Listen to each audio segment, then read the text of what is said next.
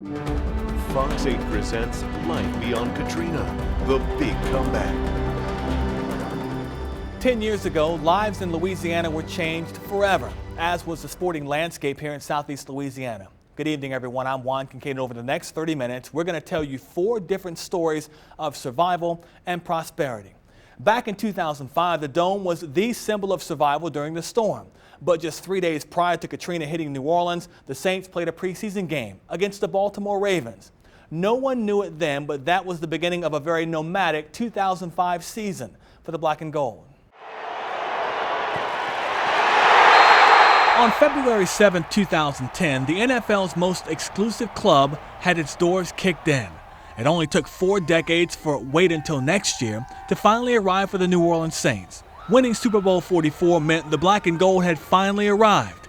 But what a road this team, this franchise, had to navigate.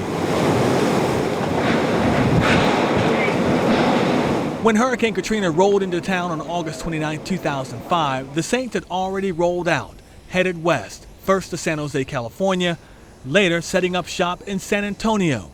The Saints' future in New Orleans was in question. It could have been over. For Mr. Benson, the Saints is a business. For New Orleans, it was an emotional tie. And state officials in Texas were licking their chops at the possibility of keeping the Saints in the Lone Star State. It would have been very, very hard to see the Saints become the Saints of San Antonio, Texas. A devastating thought for a community dealing with total devastation because of the storm. But still, hurricane or no hurricane, the games had to go on. And that 2005 season, the Saints were NFL nomads. Designated home games were played in New York, Baton Rouge, and San Antonio. But to Saints fans, they might as well have been played on the moon, because football was an afterthought. Perhaps the Saints players as well. How else can we explain their 3-13 record that season? But in loss, a crippled Who Dat Nation became the biggest winners, thanks in part to then NFL Commissioner Paul Tagliabue. Commissioner Tagliabue and I talked, and Paul Tagliabue said to me, "Governor, if you get the Dome ready for the first game, the first regular game of the season next year, in 2006, he said, I will make sure that Tom Benson understands the importance of staying in New Orleans." Even with their passion, no Saints fan could have imagined what would come out of the worst season in team history. But that was just the beginning of this franchise's turnaround. Well, the organization where he was, they were praising him so much, I was a little bit concerned. But and demonstrated me the desire to work with our whole organization as we work to bring a championship to our city. On January 17, 2006, the Saints introduced Sean Payton as the team's 14th head coach, and the dominoes just continued to fall. Payton went out and found his quarterback, and Drew Brees decided that New Orleans was where he needed to be. Would we have ended up in New Orleans any other way? I don't think so. And so New Orleans, unfortunately, had to go through that. Reggie Bush. I definitely think really falling into Reggie with that second pick, it was just so unexpected, and yet when he felt us, like he said, it was like the stars are aligning. This is all meant to be. I mean, it's, and so I think that really got people excited about what this team could do. Just all these pieces coming together. Brees and Bush, the start of something special in 2006. No one knew it then, but Peyton and GM Mickey Loomis had laid the foundation for a championship with that 2006 draft class. Jari Evans, Zach Strief, and Marcus Colston are still around, going through the many highs and very few lows witnessed here since 2005. And then it happened. That was the biggest game of my life. It was the biggest game in many of our lives. Was the reopening of the Dome, September 25th, 2006, and just everything that it stood for. This group's first home game together was a memorable one. Leading up to that night, we knew how significant that game was. Not just about the game, but just it was a symbol. It was a symbol that this city would not only come back, but it would come back stronger. September 25th, it would be the beginning of a special chapter in Saints history, a season of firsts, if you will. The Saints would win their first NFC South title, culminating with the team's first ever trip to the NFC Championship game.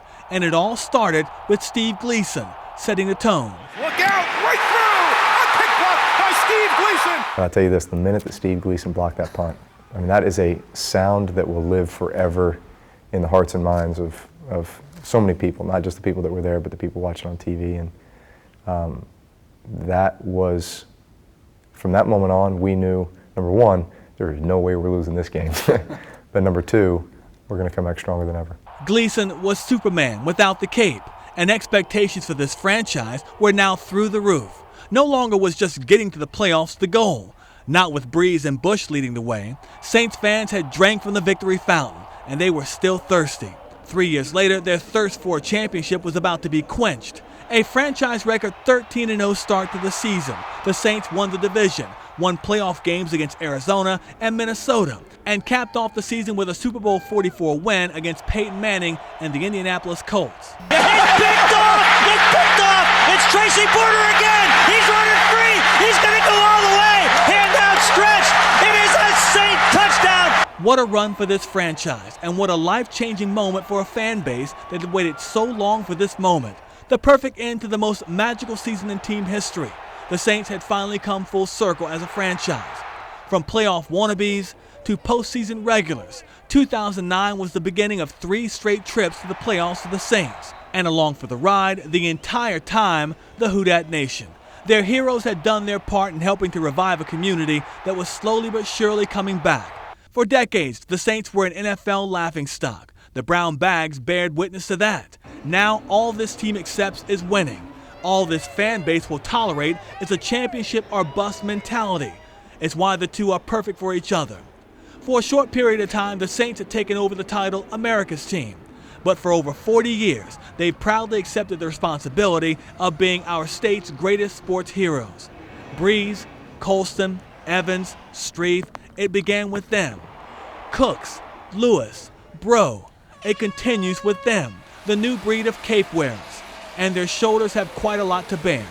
9 seasons, 5 trips to the playoffs, 3 division titles, an NFC championship, and a Super Bowl ring. Quite the run for a franchise that for as long as anyone can remember, lost more than it won. But on this, the 10th anniversary of Hurricane Katrina, Saints fans are reminded that the team they cheer on today hasn't finished making history.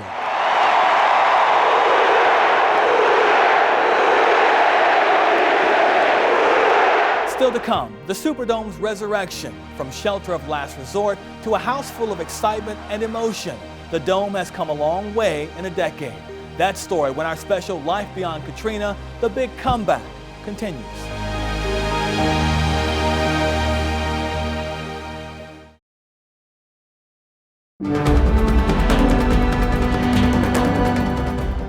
Dome, sweet dome. It stands out in the Crescent City skyline, but it hasn't always glowed like it does every night in New Orleans. During Katrina, the Superdome was the shelter for New Orleanians that couldn't get out of the city in time. 10 years later, we see it like it was always meant to be seen, as home for our Saints. But there was a time when even that was in question. Here's Sean Vazan. No single structure symbolizes the depths of despair and the resiliency of the recovery from Hurricane Katrina more than the iconic Superdome. Over the last decade, the Dome has seen its worst days and its best. I hate to think about what would have happened. And for SMG Vice President Doug Thornton, a man front and center the entire time, it began with a phone call on August 27, 2005. 2 days before Katrina made landfall.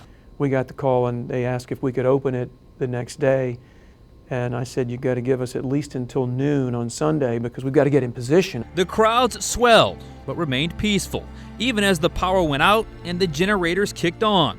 As Katrina made landfall, the Dome took a beating. The roof physically detached from the metal beams, while the people inside hunkered down for safety. The storm finally passed, and many parts of the building were soaked. At that point, though, Thornton, like most, thought the worst was over. But then the levees broke, and the conditions went from bad to worse. Water's dripping. For 3 or 4 days, it's very humid, it's hot, there's no air conditioning, no functioning toilets, the water pressure's gone, very little food and water, and our population is expanding now because the flood waters the next morning are surrounding the Dome, and we are literally an island in a sea of despair. To make matters worse, neither Thornton nor anyone knew when help would be on the way. Eventually, by Thursday, 4 days after the storm hit, the dome was cleared, and the damage was overwhelming. That's when Thornton said it hit him, his absolute lowest point. I don't mind telling you, I cried all the way to Baton Rouge. When I left here that day, I didn't think that I'd ever be back. I knew what I had left at the dome, so I looked back and I could see it over my left shoulder as we're leaving New Orleans. I could see the city in the distance, the dome, the water glistening for miles, and now I've lost my home. I'm thinking, it's over. 1 month later, September 30th, 2005, Thornton said he got his first glimmer of hope. A small glimmer, but hope nonetheless, from a team of architects. And they actually walked through every one of the spaces with flashlights and did a damage assessment for us. And within a month, the architect said to me, it may be possible to rebuild it. It's going to take over $200 million, and it's going to take well over 2 years. Then came the next challenge, convincing then Governor Kathleen Blanco the dome was worth the effort to rebuild. The whole concept of redoing the dome was something that I had been attacked for, but I knew in my heart that it was the right thing to do. With a green light from the governor and a 2-year timetable, the next step was convincing the NFL and then Commissioner Paul Tagliabue. The league was all ears, but they had a proposal, courtesy of then second in command, Roger Goodell. Roger said, Paul wants to know, is there any way you can accelerate the schedule and get the dome open by September of 2006? That seemed impossible. What followed was a Herculean effort to get the job done, where uncertainty was prevalent, but faith pushed everyone to the finish line. Heck no. We had no idea that we were going to be able to pull this off, but we believed we could do it. We all joined together and bought into one very common theme, and that was to play a football game on September 25th, 2006, and we were going to find a way to make it happen. And play football they did. On a night like no other, emotion filled the stands and overtook the game on the field, and it all culminated with one signature play. Look out, right through! A kick block by Steve Gleason! Since that night, the Saints have prospered. New Orleans has prospered, and the Dome has prospered. The Crescent City has reclaimed its spot as a big game destination. It's hosted a Super Bowl, Sugar Bowls, New Orleans Bowls, and BCS championships. More upgrades are coming, which means more big-time events should follow. But more than any of that, the Dome at its core was, is, and always will be the symbol of resiliency, strength, and most of all, hope. The Superdome was dying. It was on life support after Katrina. This building that had meant so much to the community for so many years was now about to be abandoned, but it was brought back to life. And when it was brought back to life, the city's recovery began. Life beyond Katrina, the big comeback, and it was quite the comeback for our universities. When we come back, LSU and its storm story takes center stage. Stay with us.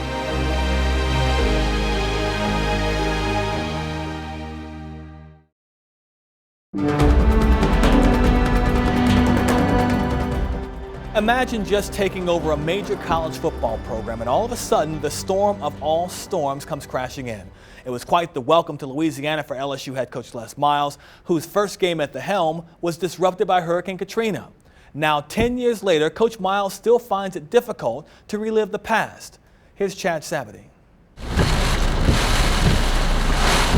When Hurricane Katrina hit Louisiana, the capital city and a first-year LSU football coach braced for the unknown. I really did not know, how powerful the term hurricane was, and then the levees bust, and you saw the water rushing into and flooding, and you realized that this was going to be a devastating blow. Les Miles had not even kicked off his debut season in purple and gold when his campus became a makeshift refugee camp for thousands of displaced New Orleanians and others. I was a coach that did not have the moral authority to insist that his kids play football.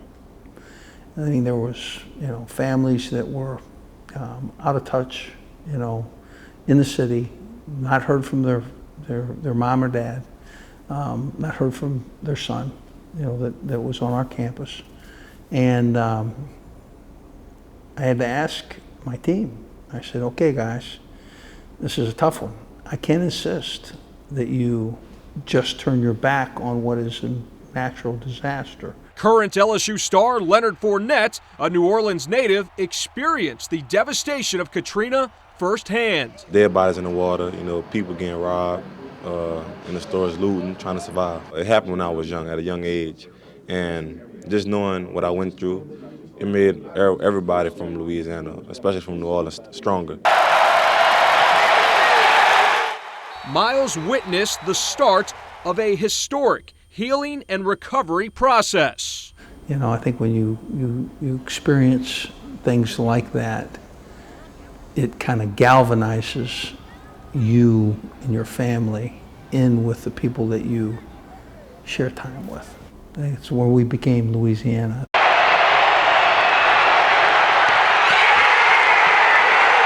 And that fall became a rallying call for the entire state. The Tigers won 10 of 11 regular season games and capped off the year with a blowout victory over Miami in the Peach Bowl. It used to be just wanted everybody to know who they played for, and they played for the team in front of themselves. It was during that time that we decided to put Louisiana, that we play for Louisiana first. Over the next 2 seasons, the Tigers built upon that foundation. And in January of 2008, in the Superdome, LSU dominated Ohio State to win the BCS National Championship. And now, 10 years beyond Katrina, LSU football remains on solid ground. Miles has won 103 games and annually produces NFL talent. Considering Louisiana his home turf more than ever, Miles says he's fully prepared for whatever comes the Tigers' way. Keep it true. He looks back on that challenging time as a pillar of his program's strength. Some of those times became lifelong memories that will be family memories that people will talk about long after I'm gone. When we continue here, Tulane University had to hit the road during Katrina. We'll head uptown for their story when our sports special, Life Beyond Katrina, The Big Comeback, continues.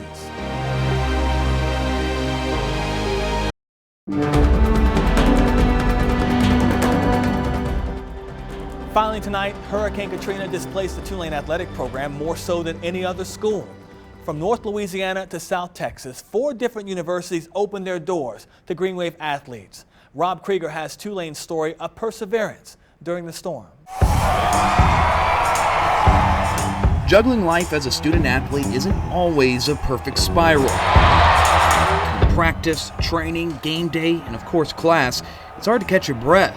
But for the more than 300 athletes at Tulane in August of 2005, their lives were nearly sidelined before the game even started. We were moving freshmen into the dorms over in Monroe. And then around 2 o'clock, Scott Cowan comes with a bullhorn and says, stop what you're doing. You need to evacuate Tulane University immediately because there's a hurricane coming. Every athlete, every student forced out of campus. For Lester Ricard, Tulane's quarterback, it was the beginning of his most trying season. I remember Matt Forte and I stayed by Michael Parrington's house, who was our center at the time. And the 3 of us slept in this queen-size bed together. On top of a bed, and to be honest, we didn't get any sleep that night because we just kind of laughed and joked, and then the next day we evacuated, but we had no idea what was about to come our way. Meanwhile, his girlfriend, Tulane standout swimmer Linda McEachran, was ripped away from the city and the man she loved. Coaches called, they said, all right, we're going to assemble at Texas A&M. I'm sorry you can't come back to Tulane, you can't get any of your stuff. Please make plans to meet at Texas A&M. Back in New Orleans, Tulane's home field, the Superdome, saw the worst. Punctured and gutted by Katrina, it was clear the Green Wave's home field advantage was sinking fast. All of a sudden, you're playing a home game in Mobile, Alabama. Then you play another home game in Ruston, Louisiana. You play another home game in Shreveport, Louisiana. So it just kind of made the travel difficult, but I enjoyed every second of it. Tulane football played 11 games that season in 11 weeks in 11 different cities. With each snap, the uncertainty of life without a home eased. Playing football, man, that was our way of of clearing our minds, to be honest with you. You know, it was my opportunity to get away from what was really kind of going on around us, and that was, you know, being misplaced. You know, not knowing when you get back to New Orleans, will Tulane ever be the same way? For McEachran, the routine of life in the water kept her thoughts focused on the pool.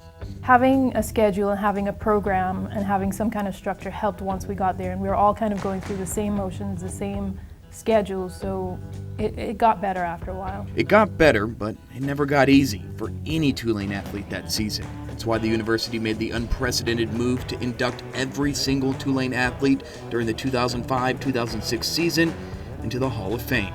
It feels great to feel that if you look back 10 years, what we were 10 years, and then now receive such a big honor for being able to go through what we went through and know that Tulane appreciates what we did. Tulane will honor all 308 athletes from the Katrina class in November during a ceremony before the UConn football game. After 10 years of recovery, it's an addition to the Hall of Fame that will likely mean more to the players than any W on the board. Well, I know this is an opportunity for me to see old guys who I hadn't seen in years, and it's going to be a lot of hugs. You know, I'm an emotional guy, might be some crying, you know, involved in it. So, you know, we're very indebted to what Tulane has given us, and we love this place. And I can speak for every person who's going to be honored that day that, you know, there's no place like Tulane. One reason why this place, even after a season on the road, will always be home. At Tulane, I'm Rob Krieger. It's been a 10-year comeback for Southeast Louisiana, and the Saints, LSU, Tulane, and the Superdome have come through it better than ever before. For Sean Vazan, Chad Sabity, and Rob Krieger, I'm Juan Kincaid. Thanks for joining us for Life Beyond Katrina, the big comeback. Good night.